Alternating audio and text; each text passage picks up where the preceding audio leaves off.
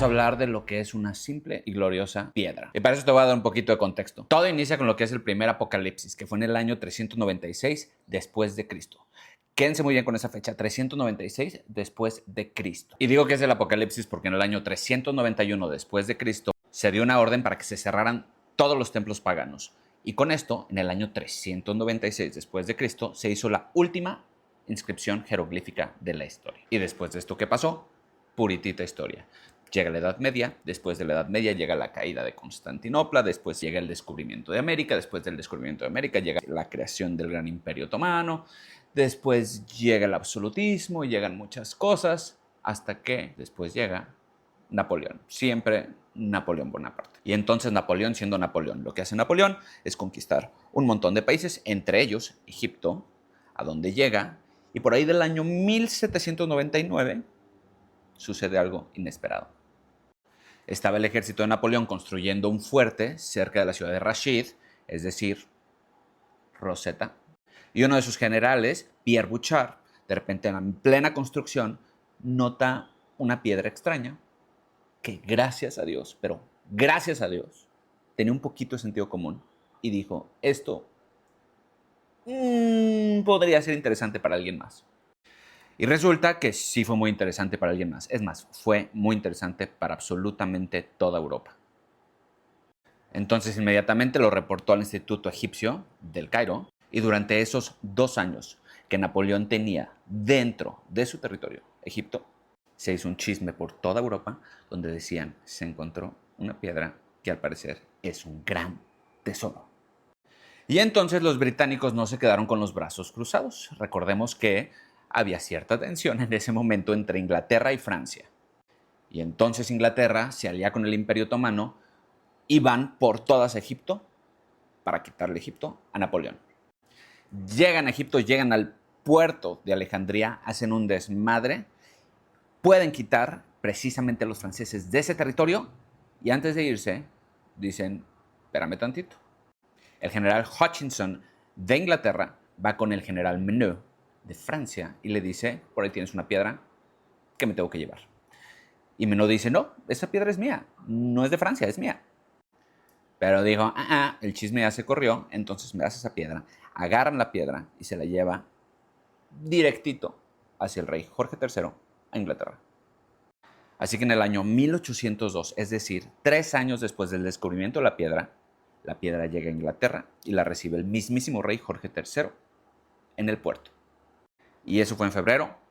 En marzo hacen la presentación de la piedra ante los científicos y en junio se pone la piedra en el Museo Británico para ser exhibida ante todo el mundo, donde persiste hasta ahora. Estamos hablando de la piedra Rosetta. Pero ¿por qué es tan importante esa piedra? Porque es el punto de inflexión histórico, arqueológico, y es el descubrimiento más importante de la historia. Porque resulta que esa piedra resultó ser un decreto del rey Ptolomeo IV. ¿Le suena Ptolomeo, de la época ptolomeica? Y es justo aquí lo que nos vuelve locos a todos los egiptólogos, historiadores, fans de la historia, porque ese decreto, por ser de la época ptolomeica, estaba escrito en 3 idiomas. Jeroglífico, es decir, el egipcio de la alta cuna, demótico, que es el egipcio que se hablaba en la calle, y griego. Griego, ¿entienden lo que quiero decir? Que desde el 396 después de Cristo, justo en la época del Imperio Romano, hasta esa época, que es aproximadamente 1800, es decir, 200 años, no se sabía nada de la cultura más importante de todos los tiempos, hasta que se encontró la piedra. Juan Francisco Champollion, que fue un erudito joven francés, estudió la piedra y logró traducir el idioma jeroglífico, basándose en el griego que había estudiado toda su vida. Y ahora sí, todas las inscripciones de todos los templos, todos los papiros, ahora sí por fin tenían sentido y podíamos saber qué había detrás de todas esas figuritas que vemos en los obeliscos, en los templos, en las murallas. Y el mundo comenzó a cambiar. Por lo menos en el contexto histórico, el mundo comenzó a cambiar. hubo una egiptomanía cañona. Empezaron a erigir obeliscos en las grandes ciudades del mundo. Pueden ver en la Plaza de la Concordia un obelisco egipcio. Pueden ver en la misma ciudad de Londres obeliscos egipcios. Pueden hasta ver en Nueva York un obelisco egipcio. Esto se volvió una locura. Y entonces todos los egipcios se pusieron a trabajar. Empezó a nacer, ahora sí, lo que es la egiptología. Y ¿se acuerdan que les dije que anotaron el año 396, el año del Apocalipsis?